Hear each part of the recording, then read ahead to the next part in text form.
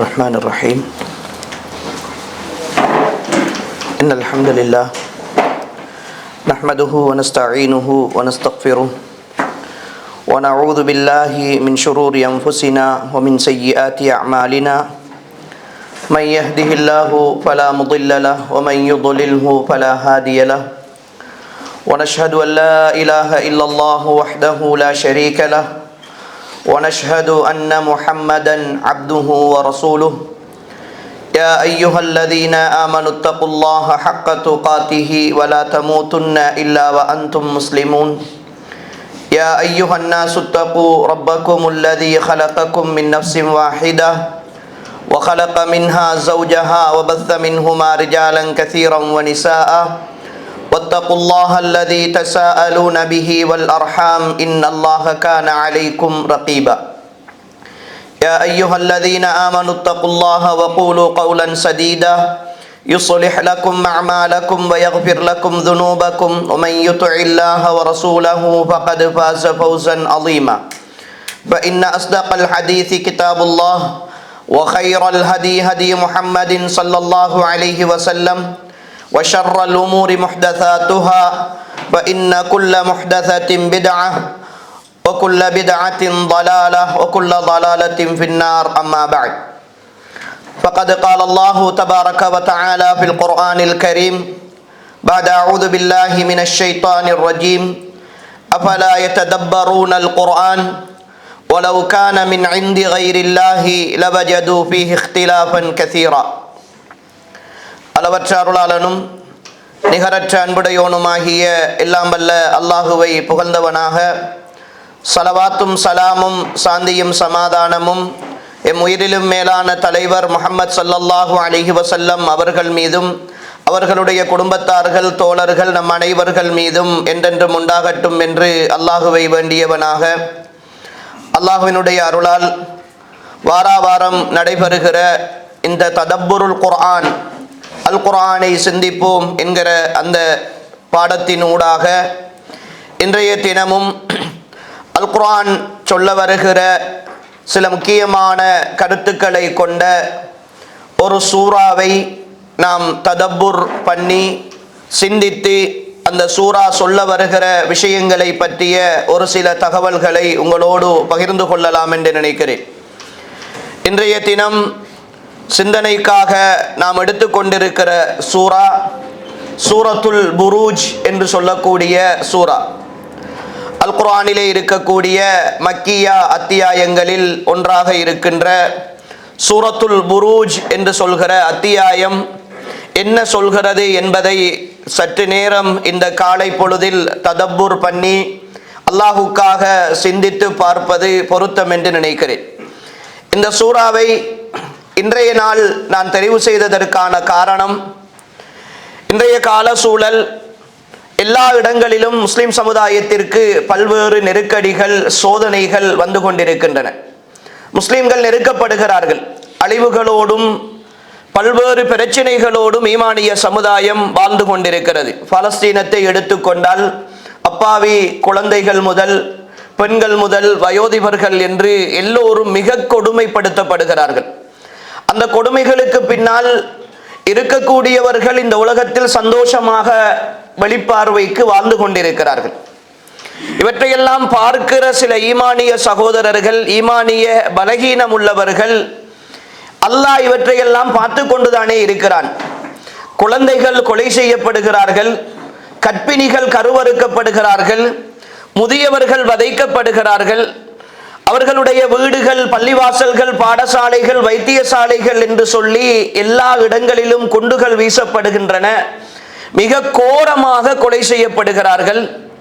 இன்னும் ஒரு பக்கம் எந்த நாட்டை எடுத்துக்கொண்டாலும் அந்த நாட்டிலே வாழுகிற முஸ்லிம்கள் நெருக்குதலுக்குள்ளாக்கப்படுகிறார்கள். சட்டங்கள் எல்லாம் ஈமானிய சமுதாயத்திற்கு எதிரான சட்டங்களாகவே இருக்கின்றன.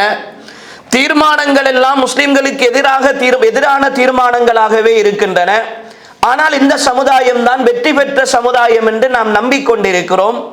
எதிர்பார்த்த வெற்றியை காண முடியவில்லையே, அல்லாஹ் இரக்கமற்ற முறையில் நடந்து கொள்வதை போன்றிருக்கிறதே என்கிற ஒரு ஆதங்கம் எல்லோரிடத்திலும் இருக்கிறது. அண்மையில் பாலஸ்தீன பிரச்சனை சம்பந்தமாக பேசிக்கொண்டிருக்கிற பொழுது ஒரு சகோதரர் தன்னுடைய ஆதங்கத்தை அப்படித்தான் வெளிப்படுத்தினார். அவர் உண்மையில் குறை சொல்ல வேண்டும் என்கிற நோக்கமல்ல, காணுகிற காட்சிகள் வருகிற தகவல்களை வைத்து பார்க்கிற பொழுது அவர் சொன்ன வார்த்தை, அல்லாஹ் இரக்கமுள்ளவன் இரக்கமுள்ளவன் என்று சொல்கிறோமே, குழந்தைகளுடைய விஷயத்தில் கூட இரக்கம் காட்டாமல் இருக்கிறானே என்று சொல்லி அல்லாஹுடைய ஹிக்மத்தை, அல்லாஹுடைய விஷயத்தை, இந்த வார்த்தை வெறுமனே ஒரு வார்த்தையாக இருந்தாலும் அது ஈமானை எடை போடுகிற ஒரு வார்த்தை, அல்லாஹ் மீதான நம்பிக்கையை குறை சொல்லுகிற ஒரு வார்த்தை. எனவேதான் இன்றைய கால சூழலில் இந்த விஷயத்தை மிக தெளிவாக பேசுகிற அல்லது நடந்து கொண்டிருக்கிற இந்த நிகழ்வுகளுக்கான ஒரு நடைமுறை தீர்வாக, நடைமுறை விஷயமாக நான் இந்த சூறாவை வாசித்த பொழுது இதிலே வருகிற சில விஷயங்களும் வார்த்தைகளும் வசனங்களும் எங்களுக்கு தெளிவுபடுத்துகின்றன. எனவேதான் இந்த சூரத்துல் புரூஜ் என்று சொல்லுகிற இந்த அத்தியாயத்தை இந்த நேரத்தில் நாம் கொஞ்சம் சிந்தித்து ததப்புர் பண்ணி அது என்ன சொல்லுகிறது என்கிற குர்ஆனிய விஷயங்களை நாம் யோசிக்கிற பொழுது, குர்ஆன் எங்களுக்கு எல்லா விதமான விஷயங்களுக்கும் நடைமுறை தீர்வை சொல்லுகிறது என்ற அடிப்படையில் தான் இந்த சூறாவை நாம் தெரிவு செய்திருக்கிறோம். அன்புக்குரியவர்களே, இந்த சூறாவில் அல்லாஹு தஆலா முதலாக சில சத்தியங்களை கொண்டு ஆரம்பம் செய்கிறார்.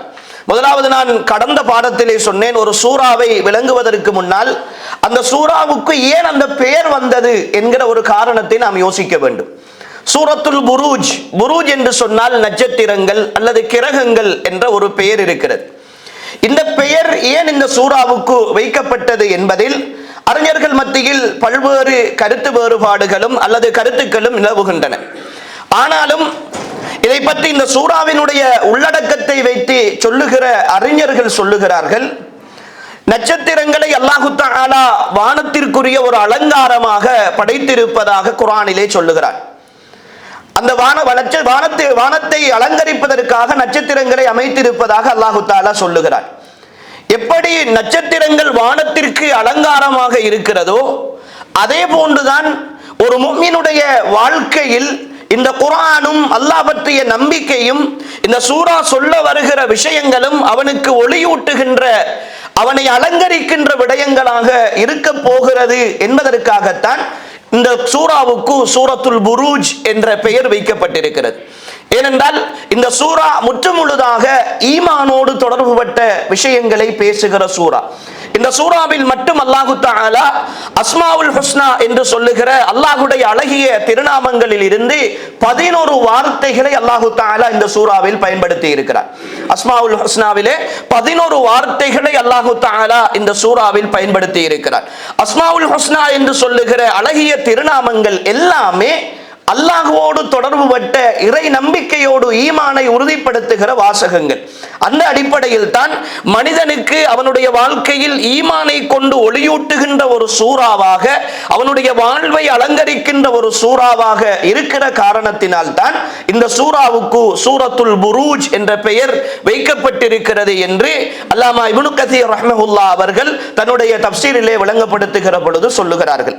அன்புக்குரியவர்களே, இந்த சூறாவை பொறுத்தவரை அல்லாஹு தஆலா ஒஸ்ஸமாஇ தாத்தில் புரூஜ், அலங்காரங்களை உடைய நட்சத்திரங்களை கொண்டு அலங்கரிக்கப்பட்ட வானத்தின் மீது சத்தியமாக என்று அல்லாஹு தஆலா சத்தியம் செய்கிறார். எங்களுக்கு தெரியும், இந்த உலகத்தில் சத்தியம் என்று வருகிற பொழுது அல்லாஹுவால் படைக்கப்பட்டவர்கள் அல்லாஹுவின் மீது மாத்திரம்தான் சத்தியம் செய்ய வேண்டும். ஆனால் படைப்பாளனாகிய அல்லாஹ் அவன் படைத்த விஷயங்களின் மீது சத்தியம் செய்வான். ஆனால் அந்த சத்தியம் செய்த விஷயங்களை எடுத்து பார்த்தால் அது அவனால் மட்டுமே இயக்கக்கூடிய விஷயங்களாக இருக்கும்.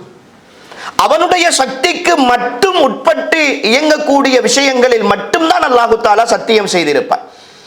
ஒஸ்ஸமாஇ தாத்தில் புரூஜ், இந்த நட்சத்திரங்களை கொண்டு அலங்கரிக்கப்பட்ட இந்த வானத்தின் மீது சத்தியமாக. இரண்டாவது சத்தியம் அல்லாஹு தஆலா சொல்லுகிறான், வல் யௌமில் மவ்ஊத், வாக்களிக்கப்பட்ட நாளின் மீது சத்தியமாக. வாக்களிக்கப்பட்ட நாள் என்பது அல்லாஹு தஆலா இங்கு தெளிவாக மறுமை நாளை கொண்டு சத்தியம் செய்கிறான். ஏன் அல்லாஹு தஆலா மறுமை நாளை கொண்டு சத்தியம் செய்கிறான் என்றால், பின்னால் அல்லாஹு தஆலா சொல்ல வருகிற செய்திகள், இந்த வசனத்தின் இந்த அத்தியாயத்தில் அல்லாஹு தஆலா பேச வருகிற செய்திகள் ஒரு முஃமினை பொறுத்தவரை இந்த உலகத்தோடு முற்று பெறுகிற விஷயங்கள் அல்ல. ஏனென்றால் நான் ஆரம்பத்திலே சொன்ன அந்த முன்னுரையிலே இந்த உலகத்தில் ஏற்படுகிற கஷ்டங்கள், சோதனைகள், பிரச்சனைகள், அதிலும் குறிப்பாக ஈமானிய சமுதாயத்திற்கு வருகிற விஷயங்களை வைத்து பார்க்கிற பொழுது அல்லாஹ் சொல்ல வருகிற விஷயம், இந்த முஃமின்கள் இந்த உலகத்தில் இப்படித்தான் சோதிக்கப்படுவார்கள். ஆனால் சோதனை என்பதை அல்லாஹு தஆலா வெறுமனே அவர்களுக்கு விட்டுவிட மாட்டான் என்கிற ஒரு தகவலை அல்லாஹு தஆலா சொல்ல வருகிறார். அதனால் தான் ஆரம்பத்திலே அல்லாஹு தஆலா வல் யௌமில் மவ்ஊத், அவர்களுக்கு வாக்களிக்கப்பட்ட நாள் என்று அல்லாஹு தஆலா மறுமை நாளை சொல்லுகிறார். ஒரு முஃமினை பொறுத்தவரை அவனுடைய சந்தோஷத்திற்கும் அவனுடைய இன்பத்திற்கும் அவன் நிரந்தரமான நிம்மதியோடு வாழ்வதற்கும் வாக்களிக்கப்பட்டிருக்கிற நாள் மறுமை நாள் தான். இந்த உலகத்தில் அவனுக்கு எந்த பங்கும் கிடையாது. அத்துன்யா சிஜ்னுல் முஃமின், இந்த உலகம் என்பது ஒரு முஃமினுக்கு சிறைச்சாலை தான். இந்த சிறைச்சாலை வாழ்க்கையில் அவன் படுகிற சோதனைகள், கஷ்டங்கள், அல்லாஹு தஆலா இந்த உலகத்தை பற்றி பேசுகிற எந்த ஒரு வசனத்திலும் கூட இந்த உலகத்தை உங்களுக்கு நாங்கள் சுகமானதாக தந்திருக்கிறோம் என்று பேசவில்லை. நலவை கேளுங்கள் என்று அல்லாஹ் சொல்லி இருக்கிறான். ஆனால் இந்த உலகம் என்பது இப்படித்தான், இந்த உலகம் சோதனைகளின் இடம்தான், இந்த உலகம் ஏமாற்றுகிற பூமிதான் என்றுதான் அல்லாஹு தஆலா இந்த உலகத்தை பற்றி எல்லா இடங்களிலும் சொல்லி இருக்கிறார். எனவேதான் அல்லாஹ் இங்கு வல் யௌமில் மவ்ஊத், வாக்களிக்கப்பட்ட அந்த நாளின் மீது சத்தியமாக, வஷாஹிதின் வமஷ்ஹூத், பார்ப்பவரின் மீதும் அல்லது சாட்சியாக இருப்பவரின் மீதும் சாட்சியாக்கப்பட்டவரின் மீதும் சத்தியமாக என்று அல்லாஹு தஆலா சொல்கிறார். இங்கு ஷாஹித் என்ற சொல் எதை குறிக்கிறது, மஷ்ஹூத் என்கிற சொல் எதை குறிக்கிறது என்பதில் தப்சீர்களை அறிஞர்கள் மத்தியில் கருத்து வேறுபாடு இருக்கிறது. இமாம் தபரி ரஹிமஹுல்லாஹ் அவர்கள் இதற்கு மிக தெளிவாக விளக்கம் சொல்லுகிறார்கள். பல்வேறு ஷாஹித் என்ற வார்த்தை ஒன்று வெள்ளிக்கிழமை நாளை குறிக்கிறது, மஷ்ஹூத் என்கிற வார்த்தை அரஃபாவுடைய நாளை குறிக்கிறது என்ற ஒரு கருத்து இருக்கிறது. இன்னும் சிலர் ஷாஹித் என்பது ரசூல் ஸல்லல்லாஹு அலைஹி வஸல்லம் அவர்களை குறிக்கிறது, மஷ்ஹூத் என்பது மறுமை நாளை குறிக்கிறது. ஏனென்றால் அல்லாஹு தஆலா நபி அவர்களை பற்றி சொல்லுகிற பொழுது ஃபகைஃப இதா ஜினா மின் குல்லி உம்மத்தின் பிஷஹீதின், நாளை மறுமையிலே உங்களை அத்தனை மனித சமுதாயத்திற்கும் சாட்சியாக நாங்கள் கொண்டு வருகிற பொழுது என்று அல்லாஹு தஆலா சொல்லுகிறார். எனவே நபி ஸல்லல்லாஹு அலைஹி வஸல்லம் அவர்கள் மறுமையின் சாட்சியாளராக, முழு மனித சமுதாயத்தின் சாட்சியாளராக கொண்டு வரப்படுபவர்கள்.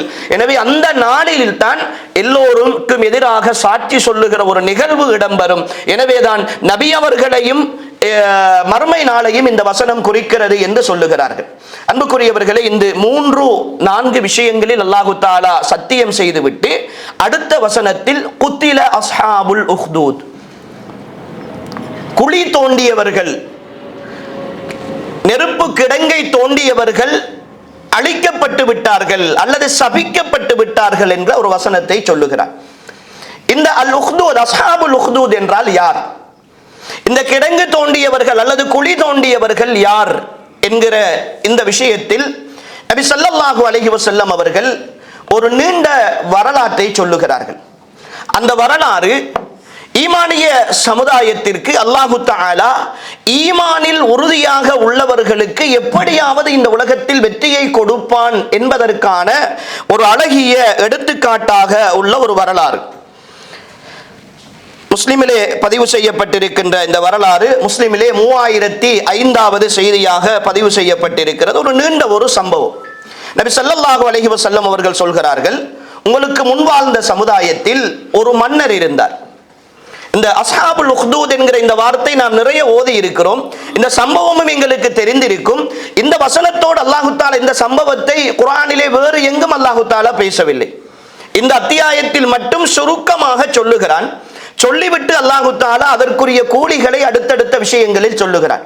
ஆனால் இந்த சம்பவத்திற்கென்று 3 விளக்கங்கள் அல்லது 3 காரணிகள் சொல்லப்படுகிறது. அலி ரலியல்லாஹு அன்ஹு அவர்கள் சொல்லுகிற ஒரு விஷயம், இன்னும் ஒரு சஹாபி சொல்லுகிற ஒரு விஷயம். ஆனால் முஸ்லிமிலே பதிவு செய்யப்பட்டிருக்கிற இந்த செய்தியை தான் ஆதாரபூர்வமான செய்தியாக சொல்லுகிறார்கள். முன்பொரு காலத்தில் ஒரு மன்னர் இருந்தார். அந்த மன்னருக்கு ஒரு சூனியக்காரன் இருந்தார். அந்த சூனியக்காரனுக்கு வயோதிப நிலை ஏற்பட்ட பொழுது மன்னரை அழைத்து சொன்னான், எனக்கு வயதாகிவிட்டது, எனவே என்னிடத்திலே சூனியத்தை கற்றுக்கொண்டு எதிர்காலத்திலே உங்களுக்கு அந்த தொழிலை செய்து தருவதற்காக ஒரு வாலிபரை, ஒரு இளைஞரை என்னிடத்திலே அல்லது ஒரு சிறுவனை என்னிடத்தில் அனுப்பி வையுங்கள் என்று சொல்லுகிறார். இப்பொழுது அந்த ஊரிலே இருக்கிற நல்ல திறமையான நல்ல ஆற்றல் உள்ள ஒரு சிறுவனை தெரிவு செய்து அந்த சூனியக்காரருடைய வீட்டுக்கு மன்னர் அனுப்புகிறார். இப்பொழுது அந்த சிறுவன் சூனிய கலையை கற்றுக்கொள்வதற்காக சூனியக்காரருடைய இடத்திலே போவான். அது முடிந்ததற்கு பிறகு வீட்டுக்கு போவான். இப்படி போய் வருகிற வழியிலே இடைவழியிலே ஒரு வணக்கவாளி, அந்த காலத்திலே இருந்த கிறிஸ்தவ பாதிரி ஒருத்தர் அந்த வழியிலே இருக்கிறார். இப்பொழுது அந்த சிறுவன் சூனியக்காரனிடத்திலே போகிற பொழுது அந்த பாதிரியை சந்தித்து விட்டு போவான். அவரிடம் சொல்லுகிற சில விஷயங்களை கேட்பான். அதற்கு பிறகு மீண்டும் சூனியக்காரனிடத்திலே திரும்பி வீட்டுக்கு போகிற பொழுது இப்படி அந்த சூனியக்காரனை சந்திப்பார். இப்பொழுது இந்த சூனியக்காரனுடைய விஷயத்தை விட இந்த வணக்கவாளியினுடைய விஷயம் அந்த சிறுவனுக்கு ஒரு கவர்ச்சியாக உண்மையாக படுகிறது. இருந்தாலும் அந்த சிறுவன் அதை வெளிக்காட்டி கொள்ளவில்லை. இப்பொழுது சில நேரம் இவரை சந்தித்து விட்டு, அந்த வணக்கசாலியை சந்தித்து விட்டு சூனியக்காரனிடத்திலே போகிற பொழுது கொஞ்சம் தாமதமாகி போனால் சூனியக்காரன் தண்டிக்கிறான். சூனியக்காரனிடத்திலே இருந்து வருகிற பொழுது இவரை சந்தித்து விட்டு வீட்டுக்கு போகிற பொழுது கொஞ்சம் தாமதமாகி போனால் வீட்டிலே இவரை தண்டிக்கிறார். இப்பொழுது இந்த இரண்டுக்கும் ஒரு தீர்வாக இந்த பாதிரியாரிடத்திலே அல்லது இந்த வணக்கவாளியிடத்திலே வந்து சொல்கிறான், இப்படி எனக்கு உங்களிடத்திலே வந்து போவதால் இரண்டு பக்கமும் நான் தண்டிக்கப்படுகிறேன், என்ன செய்வது என்று கேட்ட நேரம் எப்பொழுது அவர் சொல்லுகிறார், நீ வீட்டுக்கு தாமதமாகி போனால் என்னை சூனியக்காரன் அவனுடைய படிப்புக்காக வேண்டி என்னை தாமதப்படுத்தி விட்டான் என்று நீ சொல்லு, வீட்டிலே இருந்து வருகிற பொழுது சூனியக்காரனிடத்திலே தாமதமாகி போனால் வீட்டிலே உள்ளவர்கள் வீட்டு வேலைக்காக என்னை பயன்படுத்தி கொண்டதால் தாமதமாகி விட்டேன் என்று சொல்லு என்று சொல்லி ஒரு தீர்வை சொல்லுகிறார். இப்படி கொஞ்ச நாள் போய்கொண்டிருக்கிறது. இந்த நேரத்தில் அந்த ஊரிலே ஒரு பெரிய மிருகம் ஒன்று வந்து வீதியை குறுக்கிட்டு மக்கள் போவதற்கு இடைஞ்சலாக இருக்கிறது. மக்கள் கடுமையாக பயப்படுகிறார்கள். ரசூல் ஸல்லல்லாஹு அலைஹி வஸல்லம் அவர்கள் சொல்லுகிற செய்தி. இப்பொழுது மக்கள் பயப்படுகிறார்கள். இந்த சிறுவனுக்கு இப்பொழுதுதான் அல்லாஹு தஆலா உள்ளத்திலே ஒரு உதிப்பை ஏற்படுத்துகிறான். நான் சூனியக்காரனிடத்தில் கற்கின்ற விஷயம் சிறந்ததா அல்லது அந்த வணக்கவாளி சொல்லித் தருகிற விஷயம் சிறந்ததா என்பதை அறிந்து கொள்வதற்கான ஒரு வாய்ப்பாக இதை பயன்படுத்திக் கொள்ளுவோம் என்று சொல்லி அந்த சிறுவன் என்ன செய்கிறான், ஒரு கல்லை எடுத்து அல்லாஹ்விடத்திலே துஆ செய்கிறான், யா அல்லாஹ், சூனியக்காரன் சொல்லுகின்ற விஷயத்தை விட அந்த வணக்கவாளி சொல்லுகிற விஷயம் சிறந்ததாக இருந்தால் இந்த மிருகத்தை நீ கொன்று விடு என்று சொல்லி ஒரு பிரார்த்தனை செய்துவிட்டு அந்த கல்லால் அந்த மிருகத்தை அடிக்கிறான். உடனடியாக அந்த மிருகம் செத்து விடுகிறது. இப்பொழுது அவனுக்கு இன்னும் நம்பிக்கை வருகிறது, இந்த வணக்கவாளி சொல்லுகிற விஷயம்தான் சிறந்தது என்கிற நம்பிக்கை வருகிறது. ஆனால் மக்களுடைய பார்வையில் இவன் சூனியக்கலையின் உச்சத்திற்கு வந்து விட்டான், சூனியக்காரனிடத்திலே இவன் நல்லதை கற்றுவிட்டான் என்று சொல்லி மக்கள் இவனை நம்ப ஆரம்பிக்கிறார்கள்.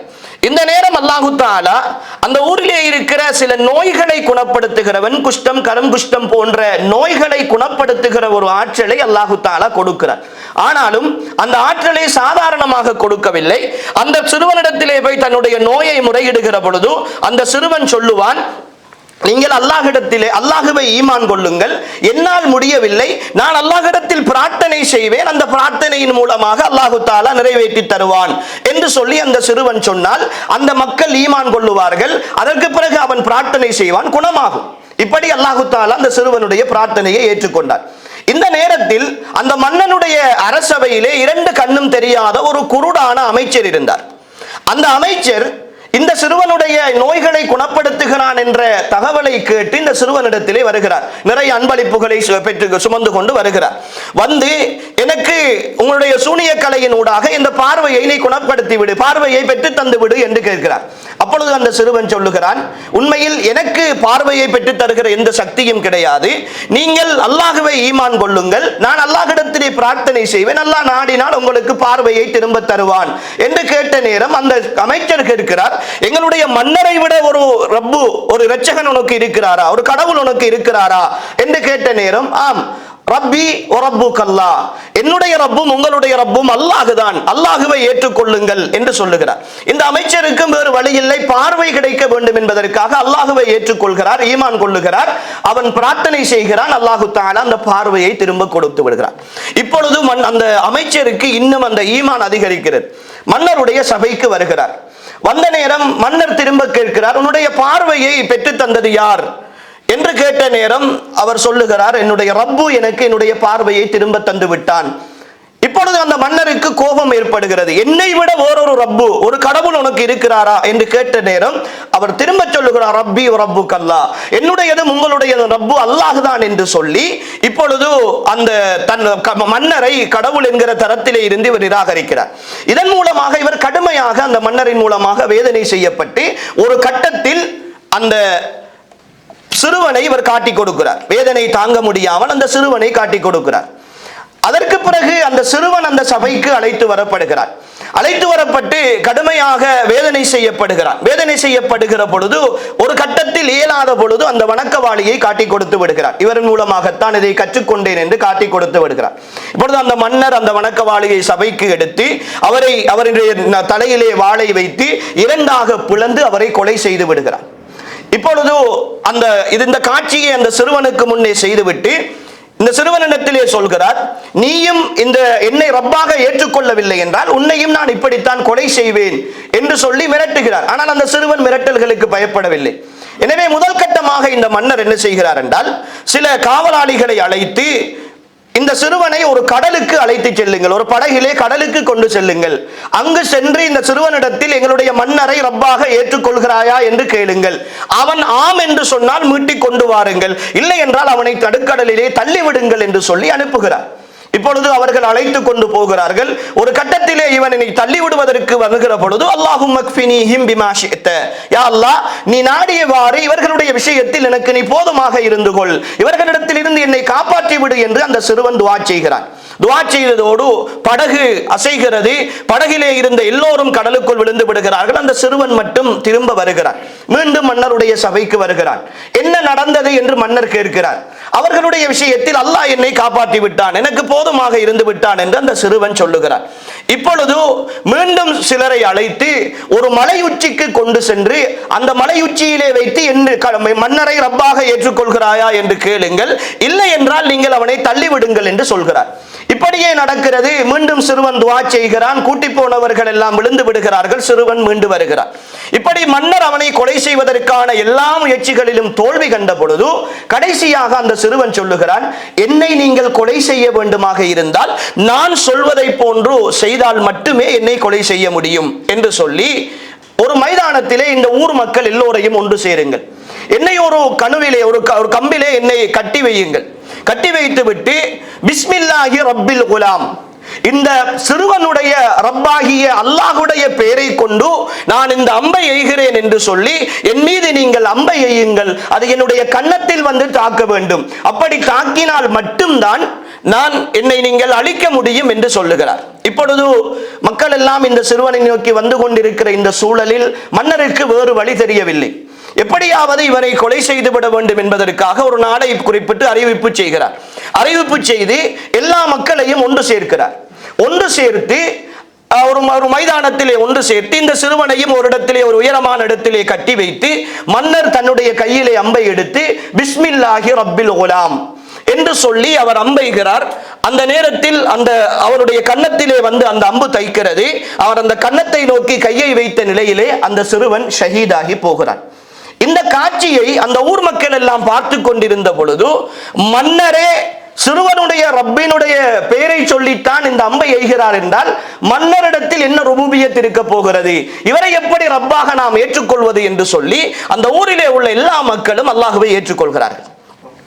இப்பொழுது இது மன்னருக்கு பெரும் சவாலாக மாறி இப்பொழுதுதான் தன்னுடைய அமைச்சர்கள் தன்னுடைய காவலாளிகளை அழைத்து பெரிய ஒரு நெருப்பு குழி ஒன்றை உருவாக்குமாறு சொல்லி அதிலே அந்த குழிக்கு கிட்ட கொண்டு வந்து யாரெல்லாம் மன்னரை ரப்பாக ஏற்றுக்கொள்கிறார்களோ அவர்களை விட்டுவிட்டு அல்லாஹ்வை ஏற்றுக்கொள்பவர்களை அதற்குள்ளே தூக்கி வீசுங்கள் என்று சொல்லி அவர் கட்டளையிடுகிறார். அந்த கட்டளையின் பிரகாரம் ஒவ்வொருவராக தூக்கி வீசப்படுகிறார்கள். இடையிலே ஒரு பெண் வருகிறார். அவரிடத்திலே ஒரு கைக்குழந்தை இருக்கிறது. அந்த குழந்தையோடு அவர் பாய வேண்டும். அவர் அல்லாஹ்வை ஏற்றுக்கொண்டவர். இப்பொழுது அந்த குழந்தைக்காக வேண்டி பார்த்து அவர் தயங்குகிறார். இந்த நேரத்தில் தான் அந்த குழந்தை சொல்லுகிறது, தாயே நீங்கள் ஏன் தயங்குகிறீர்கள், நீங்கள் சத்தியத்தில் இருக்கிறீர்கள், குதியுங்கள் என்று சொல்கிறது. அந்த தாயும் குதித்து விடுகிறார்.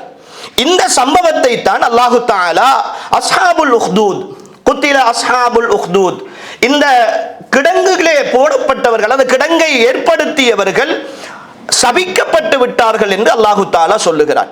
இது வெளிப்படையில் மூமின்களுக்கு செய்த ஒரு அநியாயம். வெளிப்படையில் அல்லாஹ்வை ரப்பாக ஏற்றுக்கொண்ட ஒரு சமுதாயத்திற்கு செய்த மிகப்பெரிய ஒரு துரோகம். அல்லாஹு தஆலா எப்படி அவர்களை வர்ணிக்கிறான் என்றால், குத்தில அஸ்ஹாபுல் உஹ்தூத் அன்னாரி ذاتில் வகூத், கொழுந்து விட்டெரிகிற நெருப்பை ஏற்படுத்தியவர்கள் என்று சொல்லிவிட்டு இதுஹும் அலைஹா குஊத், அவர்கள் அந்த இடத்திலே உட்கார்ந்திருந்தார்கள், அந்த காட்சிகளை பார்த்து கொண்டிருந்தார்கள். மூமின்கள் நெருப்பிலே விழுந்து எரிகிற அந்த காட்சிகளை பார்த்து கொண்டிருந்தார்கள். வஹும் அலா மா யஃஅலூன பில் முஃமினீன ஷுஹூத், மூமின்களுக்கு நடக்கிற விஷயங்களை எல்லாம் அவர்கள் பார்த்து கொண்டுதான் இருந்தார்கள் என்று சொல்லிவிட்டு அல்லாஹு தஆலா சொல்லுகிறான், வமா நகமு மின்ஹும் இல்லா அய்யுமினு பில்லாஹில் அஸீஸில் ஹமீத், புகழுக்குரிய கண்ணியமான அல்லாஹுவை ஈமான் கொண்டதற்காகவே தவிர அவர்கள் இவர்களை தண்டிக்கவில்லை என்று நடக்கிற விஷயம்.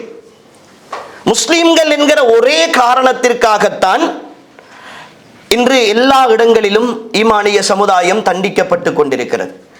இந்த வசனத்தில் அல்லாஹு தஆலா தெளிவாக சொல்லுகிறான், முஃமின்கள் தண்டிக்கப்படுகிற சோதிக்கப்படுகிற விஷயங்களை அல்லாஹு தஆலா பார்க்காமல் இல்லை, அல்லாஹு தஆலாவுக்கு தெரியாமல் இல்லை.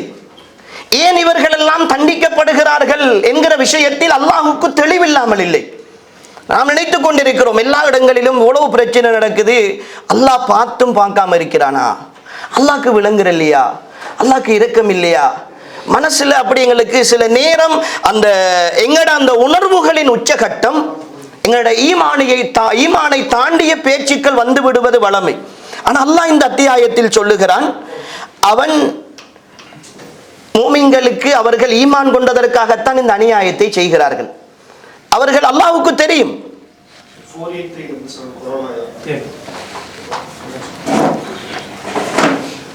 இந்த அநியாயம் செய்யப்படுவது இதற்காகத்தான் என்று அல்லாஹ்வுக்கு தெரியும் என்று சொல்லிவிட்டு அல்லாஹு தஆலா அவனை பற்றி சொல்லுகிற பொழுது, அல்லதீ லஹு முல்கு ஸமாவாத்தி வல் அர்த், இவர்கள் இந்த அநியாயத்தை செய்து கொண்டிருக்கிறார்கள். யாரை ஏற்றுக்கொண்டதற்காக?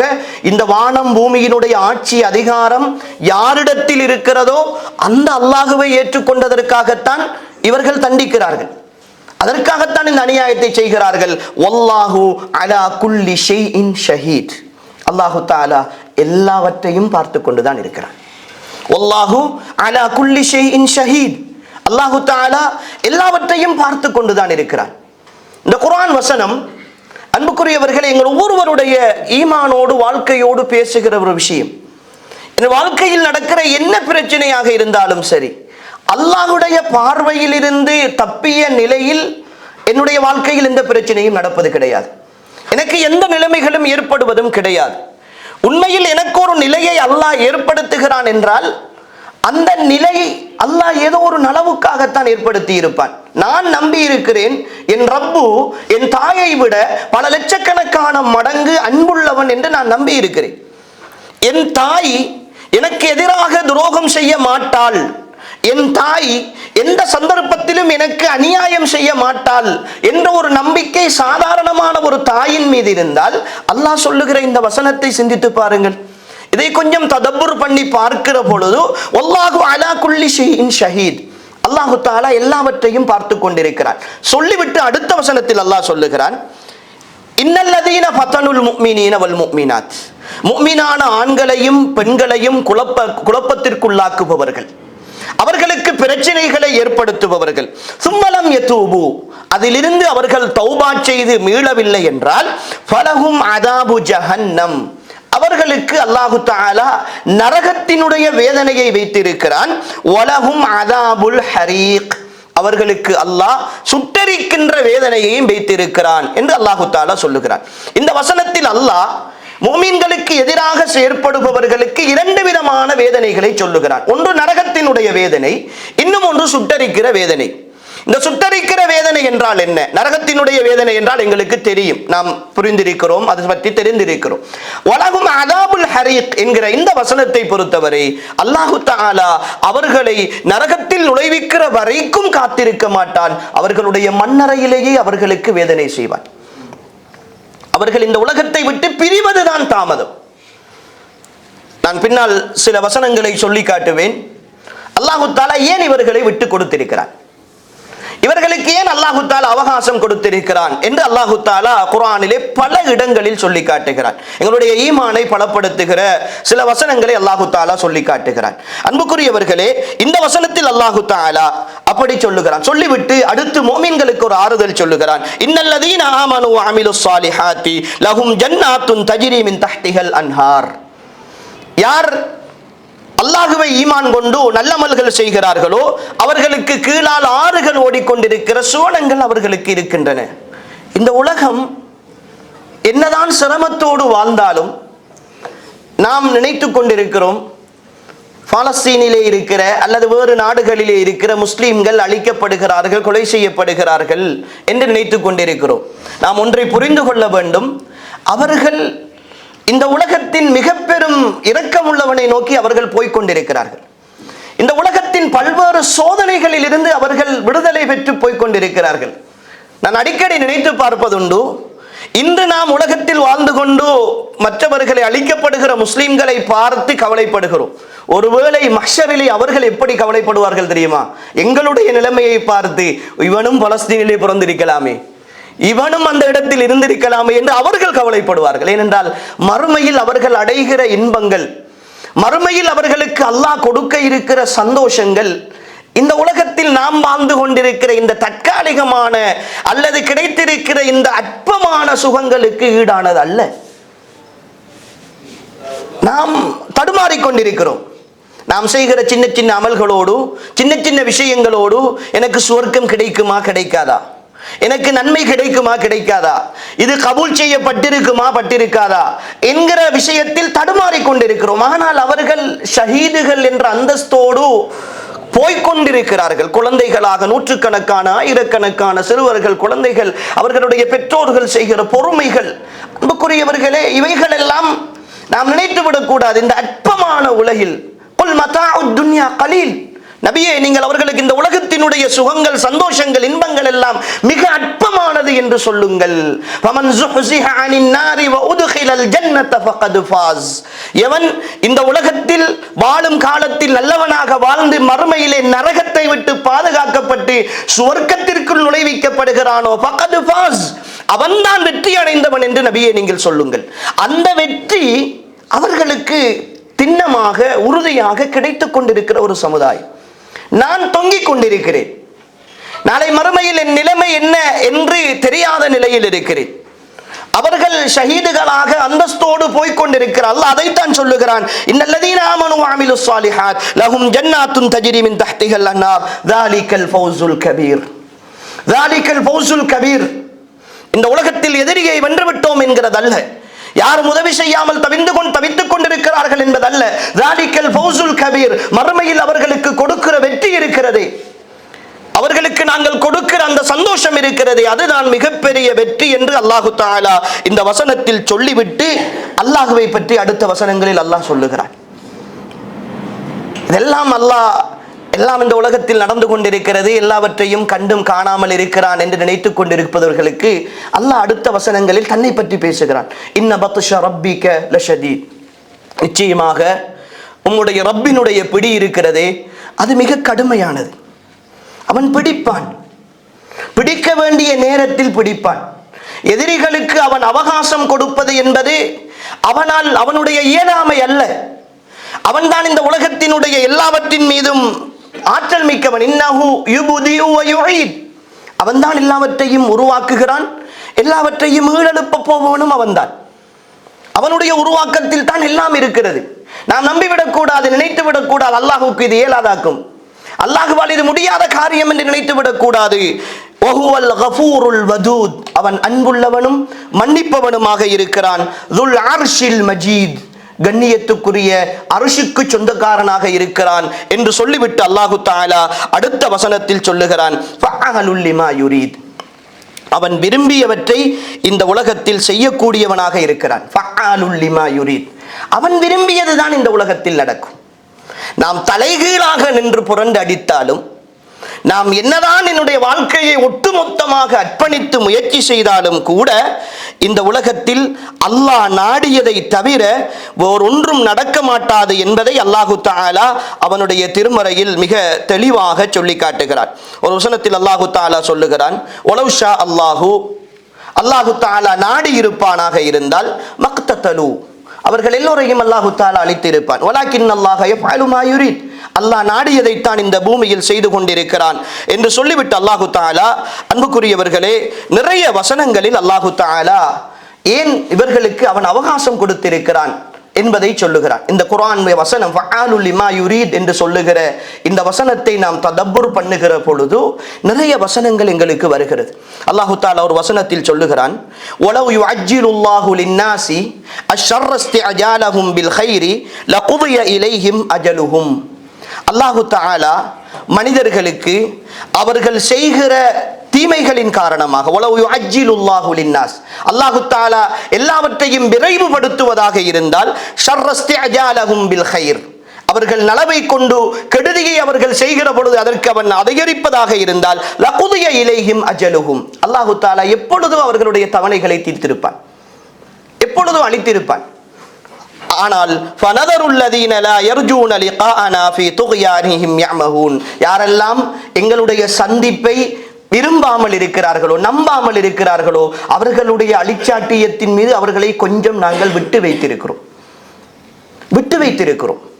இந்த விட்டு வைத்தல் அல்லாஹ்வுடைய இயலாமை அல்ல. முன்வசனத்தில் அல்லாஹ் சொல்லிவிட்டான், நான் அப்படி விரைவுபடுத்தி இவர்களுடைய கெடுதிக்கெல்லாம் தீர்ப்பு கொடுப்பதாக இருந்தால் எப்பொழுதே இவர்கள் இல்லாமலாக்கி இருப்பேன். ஆனாலும் இவர்கள் என்னை நம்பவில்லை தானே, என்னுடைய சந்திப்பை இவர்கள் ஏற்றுக்கொள்ளவில்லை, இப்படி ஒரு நாள் இருக்கிறது, மறுமை என்று இருக்கிறது என்பதை ஏற்றுக்கொள்ளவில்லை தானே, அதற்காக அவர்களை விட்டு வைத்திருக்கிறேன், அந்த நாளில் அவர்களை பிடிப்பதற்காக. இன்னும் ஒரு வசனத்தில் அல்லாஹு தஆலா சொல்லுகிறான், ஃபதர்ஹும் ஃபீ கம்ரத்திஹிம் ஹத்தா ஹீன், நபியே அவர்களுடைய இந்த அறியாமையில் அல்லது இந்த போதையில் அவர்களை அப்படியே நீங்கள் விட்டு விடுங்கள். ஹத்தா ஹீன், ஒரு நேரம் வருகிற வரைக்கும் அவர்களை விட்டு விடுங்கள். அயஹ்சபூன, அவர்கள் நினைத்துக் கொண்டிருக்கிறார்களா, அன்னமா நுமித்துஹும் பிஹி மின் மாலின் வ பனீன், அவர்களுடைய பிள்ளைகளும் அவர்களுடைய பொருளாதாரங்களும் அவர்களுக்கு நாங்கள் கொடுக்கின்றதை கொண்டு அவர்கள் நினைத்துக் கொண்டிருக்கிறார்களா, நுசாரிஉ லஹும் ஃபில் கைராத், அவர்களுக்கு நாங்கள் நலவுகளை விரைவுபடுத்துகிறோம் என்று நினைத்துக் கொண்டிருக்கிறார்களா?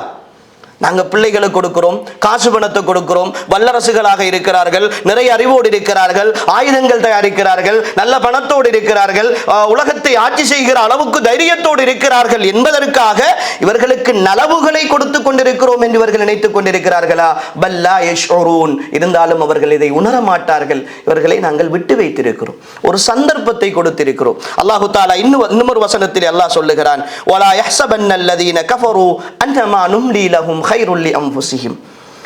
இந்த நிராகரிப்பாளர்கள் இருக்கிறார்கள் தானே, அவர்கள் நினைத்துக் கொள்ள வேண்டாம், அவர்கள் எண்ணிக்கொள்ள வேண்டாம், அன்னமா நும்லி லஹும், அவர்களுக்கு நாங்கள் ஒரு தவணையை, ஒரு தாமதத்தை கொடுத்திருப்பது கைருல் லிஅன்ஃபுஸிஹிம், அவர்களுக்கு நலவு என்று அவர்கள் நினைத்துக் கொள்ள வேண்டாம்.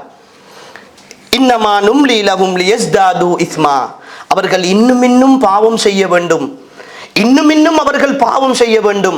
அந்த பாவங்கள் அதிகரிக்க அதிகரிக்க அதிகரிக்க அவர்களுக்கு இன்னும் தண்டனைகளும் கூட வேண்டும் என்பதற்காகத்தான் நாங்கள் அவர்களை விட்டு வைத்திருக்கிறோம். ஒரு கொலைக்கு 2 கொலை, 2 கொலைக்கு 10 கொலை, 10 கொலைக்கு 100 கொலை என்று அவர்கள் செய்ய செய்ய செய்ய அவர்களுடைய தண்டனைகளும் கூடும். எனவே அந்த தண்டனைகள் அதிகரிக்க வேண்டும், அவர்களை நாங்கள் போட்டு வதைக்க வேண்டும் என்பதற்காகத்தான் அவர்களை விட்டு வைத்திருக்கிறோம் என்று அல்லாஹு தஆலா அவருடைய திருமறையிலே சொல்லி காட்டுகிற விஷயத்தை பார்க்கிறோம். அல்லாஹ்வின் தூதர் ஸல்லல்லாஹு அலைஹி வஸல்லம் அவர்களிடத்திலே சஹாபாக்கள் வந்து சொல்கிறார்கள், யா ரசூலல்லாஹ், எங்களுக்கு மக்கா காலத்திலே ஹப்பாப் இப்னு அரத் ரலியல்லாஹு அன்ஹு அவர்கள் அறிவிக்கின்ற செய்தி புகாரியிலே பதிவு செய்யப்பட்டிருக்கிறது.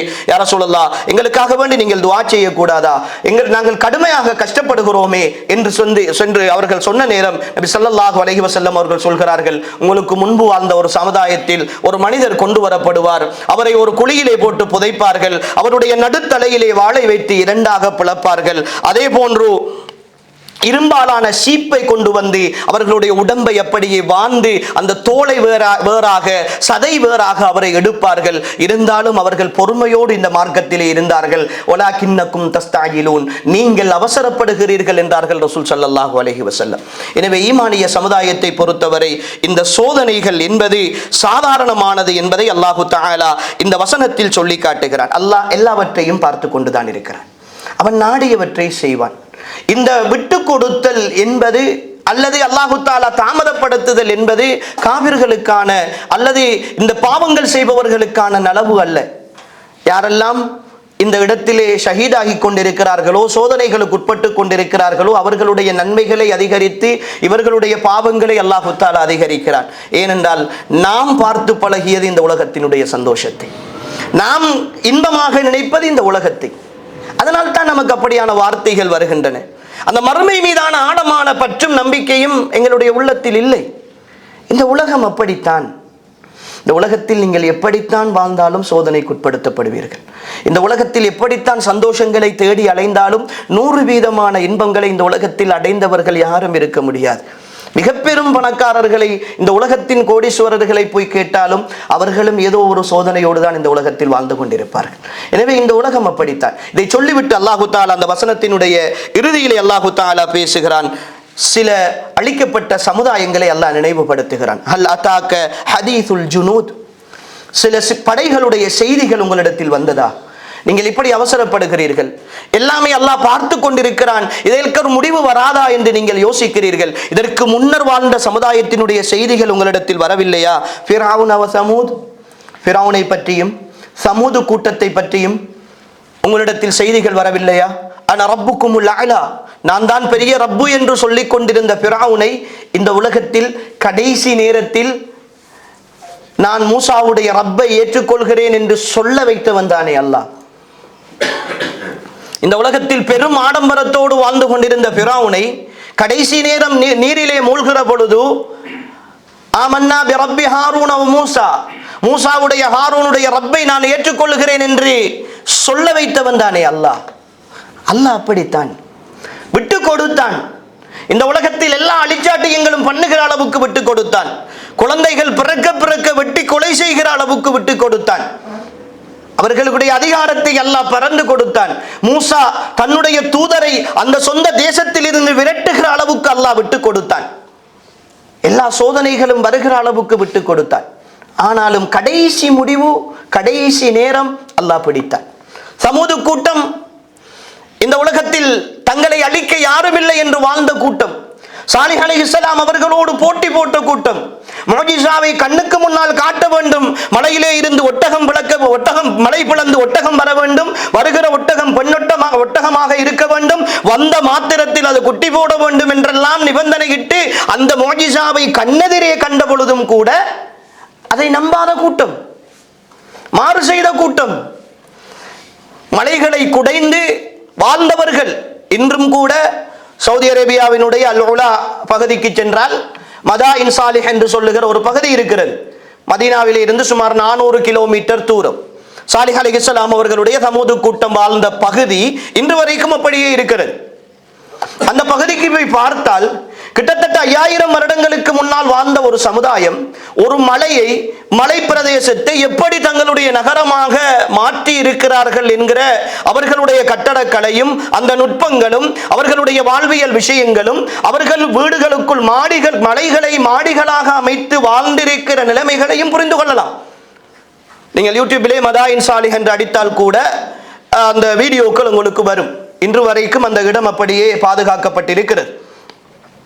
அன்புக்குரியவர்கள், அந்த சமுதாயத்தை அல்லாஹு தஆலா இந்த பூமியில் அழித்தான். ஆது கூட்டத்தை அழித்தான். இந்த பூமியில் வாழ்ந்த ஒவ்வொரு சமுதாயத்தையும் இதற்கு முதல் அல்லாஹு தஆலா அழிச்சாட்டியம் பண்ணியவர்களை எல்லாம் விட்டு அல்லாஹ் இயலாதவனாக இருக்கவில்லை. அதனால் தான் அல்லாஹ் சொல்லுகிறான், ஹல் அதாக ஹதீசுல் ஜுனூத் ஃபிரௌன வ சமூத் பலில்லதீன கஃபரு ஃபீ தக்தீப். அவர்களுடைய பொய்யிலே தான் நிலைத்திருந்தார்கள். ஆனால் அல்லாஹு தஆலா அவர்களுக்குரிய பாடத்தை இந்த உலகத்தில் புகட்டினான் என்று சொல்லிவிட்டு எனக்கும் உங்களுக்குமாக அல்லாஹ் சொல்லுகிற விஷயம், வல்லாஹு மின் வராஇஹிம் முஹீத், அல்லாஹ் இந்த அநியாயம் செய்து கொண்டிருக்கிற எல்லோரையும் அவனுடைய அறிவால் சூழ்ந்து கொண்டுதான் இருக்கிறான். எல்லோருடைய விஷயத்திலும் அல்லாஹ் தெளிவாக இருக்கிறான்.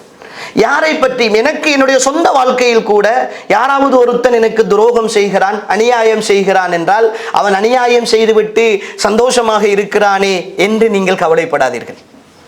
நீங்கள் அதை பற்றி யோசிக்காதீர்கள். என்னை பற்றி எனக்கு இவ்வளவு துரோகம் செய்துவிட்டு இவன் சந்தோஷமாக இருக்கிறானே என்று நீங்கள் அதை பற்றி அலட்டிக் கொள்ளாதீர்கள். ஏனென்றால் அல்லாஹ் பார்த்து கொண்டிருக்கிறான்.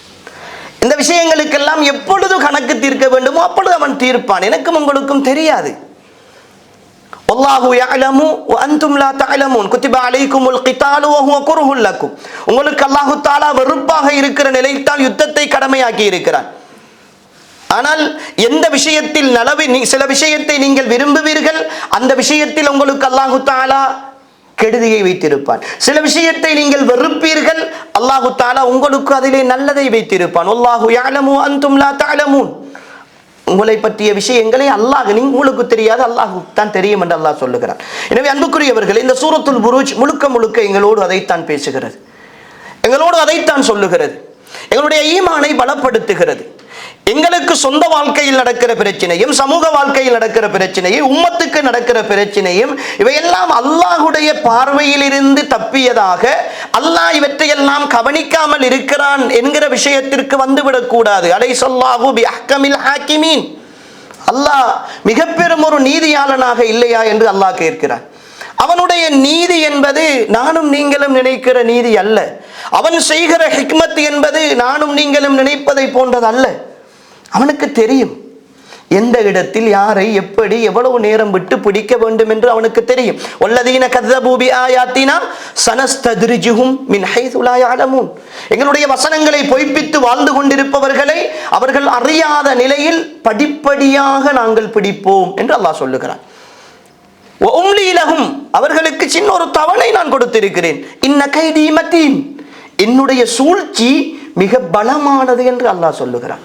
இந்த உலகத்தில் அல்லாஹ்வுக்கு மாறு செய்து வாழுகிற நானும் நீங்களும் சொந்த வாழ்க்கையிலும் புரிந்து கொள்ளவும், நான் பாவம் செய்கிறேன், நான் தவறு செய்கிறேன், அல்லாஹ்வுக்கு மாறு செய்கிறேன், ஆனால் என் தொழில், என் வருமானம், என் குடும்பம் சந்தோஷமாக இருக்கிறது, எல்லாம் நன்றாகத்தானே இருக்கிறது, நான் ஏன் அல்லாஹ்வுக்கு பயப்பட வேண்டும் என்று அல்லாஹ்வுடைய விஷயத்தில் அவநம்பிக்கைப்பட்டு விடாதீர்கள்.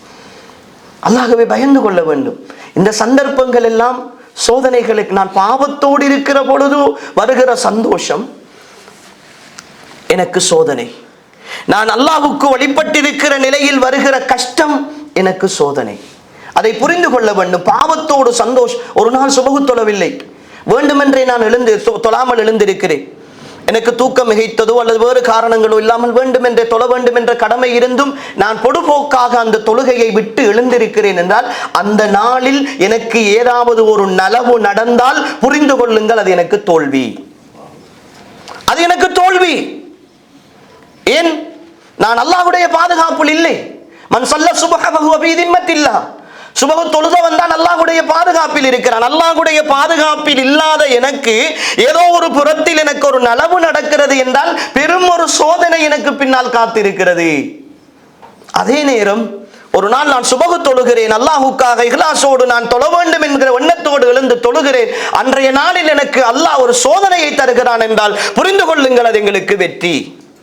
ஏனென்றால் அவனுடைய பாதுகாப்பில் இருக்கிற ஒருத்தரை அல்லாஹ் ஒரு காலமும் கேவலப்படுத்த மாட்டான். அவனுடைய பாதுகாப்பில் இருக்கிற ஒருத்தரை அல்லாஹ் ஒரு பொழுதும் கேவலப்படுத்த மாட்டான். அந்த சோதனை ஏதோ ஒரு வகையில் எனக்கு வெற்றியாக இருக்கலாம். அல்லாஹ்விடத்தில் பொறுப்பு சாட்டி விட்டு பிரார்த்தனை செய்துவிட்டு கடந்து போங்கள்.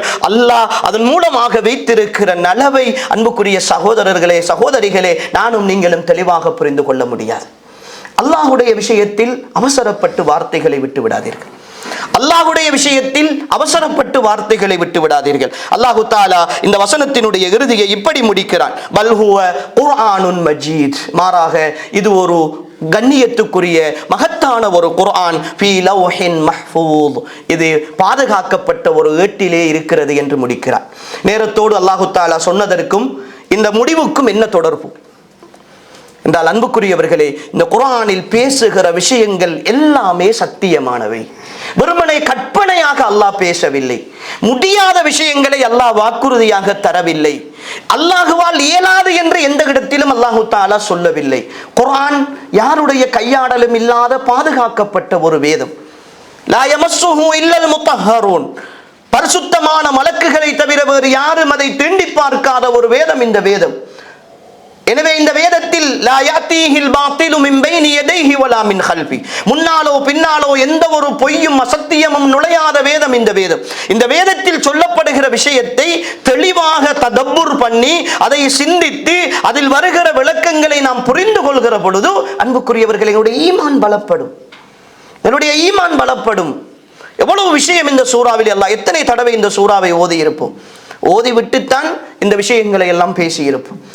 அல்லாஹ் இந்த வசனத்தில் அவன் சொல்லுகிற அஸ்மாவுல் ஹுஸ்னாக்கள் ஒவ்வொன்றையும் பற்றி விளங்கப்படுத்த போனால் அன்புக்குரியவர்களே எங்களுக்கு நேரம் போதாது. இந்த சூறாவை முடிக்க வேண்டும் என்பதற்காக அவசரமாக மேலோட்டமாக சில விஷயங்களை சொல்லி இருக்கிறேன். ஆனால் இதில் வருகிற ஒவ்வொரு வசனங்களுக்கும் பின்னால் இருக்கிற தப்சீர்கள் அல்லாஹ் இந்த அஸ்ஹாபுல் உஹ்தூதை இந்த சூறாவில் எடுத்துக்கொண்டதற்கான காரணம் என்று சொல்லி நிறைய விஷயங்கள் எழுதப்பட்டிருக்கின்றன.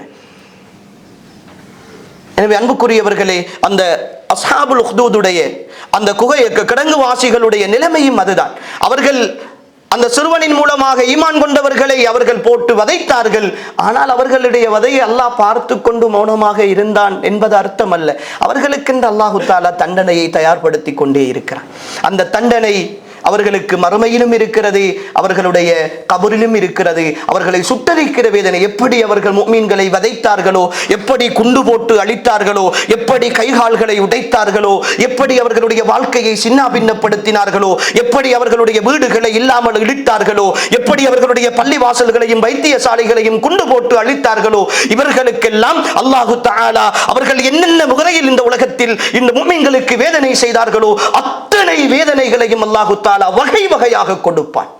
யாருமே உதவி செய்ய முடியாத நிலையில் ஒமாலில் லாலிமீன மின் அன்சார், அநியாயக்காரர்களுக்கு யாரும் உதவிக்கு இருக்க மாட்டார்கள். இன்று வல்லரசுகள் இருக்கலாம், அல்லது பெரும் பதவிகளோடு இருப்பவர்கள் இருக்கலாம், ஆயுத பலங்கள் இருக்கலாம். அல்லாஹுக்கு முன்னால் அல்லாஹ் தண்டிக்கிற நாளில், அல்லாஹ் அவர்களை கேள்வி கேட்கிற நாளில், அல்லாஹ் அவர்களை விசாரிக்கிற நாளில், வாக்களிக்கப்பட்டிருக்கிற அந்த மறுமையினுடைய நாளில் இந்த உலகத்தில் அவர்களுக்கு யாருமே இருக்க மாட்டார்கள். யாரையெல்லாம் இந்த உலகத்தில் அவர்கள் வதைத்தார்களோ அவர்கள் எல்லாம் இவர்களை தங்க கட்டில்களிலும் சுவனத்து சந்தோஷங்களிலும் பார்த்து கொண்டு, இவர்கள் செய்த அத்தனை அநியாயங்களையும் பார்த்து கொண்டு, இவர்களுக்கு நடக்கிற வேதனைகளை எல்லாம் பார்த்து கொண்டு அவர்கள் சந்தோஷப்படுவார்கள். அந்த நாள் அப்படியான நாள். சுவனவாதிகளுக்கு அல்லாஹ் நரகவாதிகள் படுகிற வேதனைகளை காட்டுகிற நாள். அவர்களுக்கு இடையில் நடக்கிற உரையாடல்களை அல்லாஹ் குர்ஆனில் சொல்லுகிறான். வனாதா அஸ்ஹாபுன் நாரி அஸ்ஹாபல் ஜன்னah அன் அஃபீது அலைனா மினல் மா அவ் மிம்மா ரஸககுமுல்லாஹ். நரகவாதிகள் நரகத்திற்கு போனதற்கு பின்னால் சுவனவாதிகளை, அவர்கள் படுகிற இன்பங்களை, அவர்கள் அனுபவிக்கிற சந்தோஷங்களை எல்லாம் பார்த்து கொண்டு நரகவாதிகள் சுவனவாதிகளோடு உரையாடுவார்கள், அழைப்பார்கள். ஏ சுவனவாதிகளே, அன் அஃபீது அலைனா மினல் மா, எங்களுக்கு நீங்கள் குடிப்பதற்கு தண்ணீர் தர வேண்டாம், உங்களுக்கு கிடைத்திருக்கிற தண்ணீரை கொஞ்சம் தெளித்து விடுங்கள். அல்லாஹ் உங்களுக்கு தந்திருக்கிற இந்த அருள் வாழ்வாதாரங்கள், உணவிலே இருந்து ஏதாவது ஒன்றை எங்களின் மீது தூக்கி வீசி விடுங்கள் என்று அவர்கள் கேட்கிற பொழுது காலு இன்னல்லாஹ ஹர்ரமஹுமா அலல் காஃபிரீன், அல்லாஹ் நிராகரிக்கின்ற, அநியாயம் செய்த, எங்களை போட்டு வதைத்த உங்களுக்கு இவற்றை எல்லாம் ஹராமாக்கி விட்டான், தடுத்து விட்டான், எதுவும் கிடையாது என்று சொல்லி அவர்களுடைய வேதனைகளை பார்த்து இன்பம் அடைவார்கள். எல்லாம் நடக்கும். இதுதான் என்னுடைய நம்பிக்கை, என் மர்மையின் நம்பிக்கை இதுதான், என் ஆழமான விசுவாசம் இதுதான். என் ரப்பு ஒரு காலமும் அவனை நம்பியவர்களை கைவிடவும் மாட்டான், விட்டதாக வரலாறும் கிடையாது. எனவே அன்புக்குரியவர்களே, சூரத்துல் புரூஜ் எங்களோடு பேசுகிற இந்த ஆழமான விஷயத்தை நாம் அடிக்கடி ததப்புர் பண்ண வேண்டும், சிந்திக்க வேண்டும். இது போன்ற சின்ன சின்ன சூறாக்களை நாம் கொஞ்சம் எடுத்து வாசித்து பார்க்க வேண்டும். உணர்வோடு எங்களுடைய காலத்தோடு ஒப்பிட்டு இந்த சூறா எங்களுக்கு எதை பேசுகிறது என்று தேட வேண்டும். வெறுமனே 1400 வருடங்களுக்கு முன்னால் வாழ்ந்த சமூகத்திற்கான தீர்வு தீர்வு அல்ல இந்த குர்ஆன்.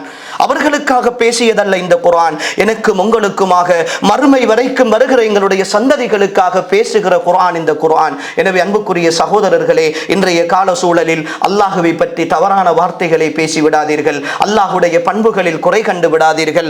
அல்லாஹ் இந்த உலகத்தில் நடக்கிற நிகழ்வுகளுக்கும் அவனுக்கும் தொடர்பில்லாமல் இருக்கிறான் என்று நினைத்து விடாதீர்கள். என் வாழ்க்கையில் நடக்கிற ஒவ்வொரு நிகழ்வுக்கு பின்னாலும் அல்லாஹ்வுடைய அருள் இருக்கிறது என்று ஆழமாக நம்புங்கள். அவனுக்கு சுஜூது செய்யாதவர்களுக்கு நிறையவே கொடுக்கிற பொழுது அவனை வணங்குகிற என்னை அவன் ஒரு காலமும் கைவிட்டு விட மாட்டான். என் சோதனைகளுக்கு பின்னால் இருக்கிற சந்தோஷத்தை உணருங்கள். என் கஷ்டங்களுக்கு பின்னால் இருக்கிற ரப்புடைய அன்பை உணருங்கள். அந்த அன்போடு, அந்த பாசத்தோடு, அந்த நேசத்தோடு அல்லாஹ்வை அணுகுங்கள். அல்லாஹ்விடத்தில் கெஞ்சுங்கள். ஒரு குழந்தை தாய் தந்தையிடத்தில் அடம்பிடித்து அழுவதை போல அல்லாஹ்வுக்கு முன்னால் அழுது புலம்புங்கள். உங்களுடைய ஒட்டுமொத்த உணர்வுகளையும் அல்லாஹ்வுக்கு முன்னால் கொட்டித்தீருங்கள். அல்லாஹ் நிச்சயமாக உங்களுடைய பிரார்த்தனைகளுக்கு என்றோ ஒரு நாள் விடை அளிப்பான். அதனுடைய பெருமானத்தை உங்களுக்கு உணர்த்துவான். நிச்சயமாக ரப்பு மிக தூய்மையானவனாக, எல்லாவற்றின் மீது ஆற்றல் உள்ளவனாக இருக்கிறான். எல்லாம் வல்ல அல்லாஹு தஆலா அவனுடைய வேதத்தை ததப்புர் பண்ணி அதை ஒழுங்காக சிந்தித்து உணரக்கூடிய நல்ல மக்களுடைய கூட்டத்தில் என்னையும் உங்களையும் சேர்த்தருள்வானாக. வஆகிரு தஅவானா அல்ஹம்துலில்லாஹி ரப்பில் ஆலமீன். வஸ்ஸலாமு அலைக்கும் வரஹ்மத்துல்லாஹி வபரகாத்துஹு.